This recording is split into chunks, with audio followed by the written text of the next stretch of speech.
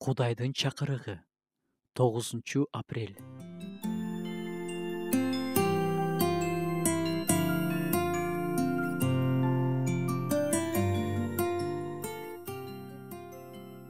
Сиз Кудайдыкысыз.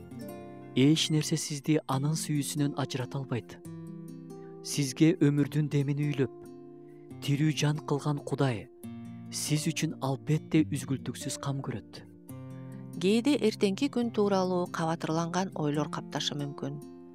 Эгерде сизге келип жаткан ойлорду көзөмөлдөбөй, каалашынча агышына жол берип койсоңуз, тынчсыздануу жана коркунуч сезим каптайт. Көңүлүңүз ошол жакта гана болуп калат.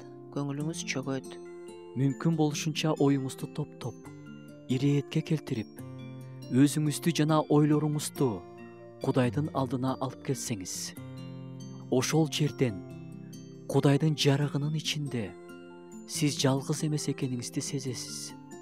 Көйгөйлөр ошол жерден эле дароо чечилип кетпеши мүмкүн. Бирок Кудайдын жакындыгы аны экинчи орунга жылдырып коет. Анткени Кудайдын Теңирибиз Машаяк Иса аркылуу көрсөткөн сүйүүсүнөн бизди өлүм да, периштелер да, жогоркулар да, күчтөр да, азыркы учурда, келечек да, бийиктик да, тереңдик да, жаратылган эч бир нерсе ажырата албастыгына толук ишенемин.